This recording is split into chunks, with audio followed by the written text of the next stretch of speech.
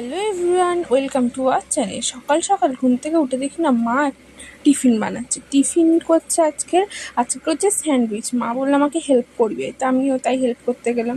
প্রথমে পাউরুটিতে সস লাগিয়ে নিয়েছে, তারপর যে পেস্টটা করেছিল সেটা দিয়ে দিয়েছে, পুরটা দিয়ে দিয়েছে ভালো করে। এরপর একটা ফ্রাই প্যানে বাটার লাগিয়ে তারপর বসিয়ে দিয়েছে। এরপর ওপর থেকে মজেরেলা চিজগুলো আমি দিয়ে দিলাম, মা বললো দিয়ে দিতে। এরপর ওপরে থেকে আর একটা রুটি চাপিয়ে দিয়েছে। এরপর উল্টো পাল্টে ভেজে নিয়েছে, রেডি হয়ে গেছে। ডিম দিয়ে খেয়ে নিয়েছি। তারপরে দুপুর হয়ে যেতে স্নান করে স্কিন কেয়ার করে নিলাম।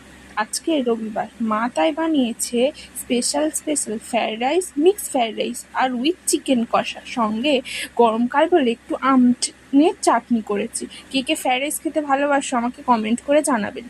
তারপরে খাওয়া দাওয়া হয়ে গেলে সন্ধে হয়ে এসছে। সন্ধেবেলায় বেরিয়ে পড়েছি মা আর আমি দুজনে হাঁটতে যাচ্ছিলাম। একটা কাজ ছিল, তাই আমি আর মা দুজনে যাচ্ছিলাম।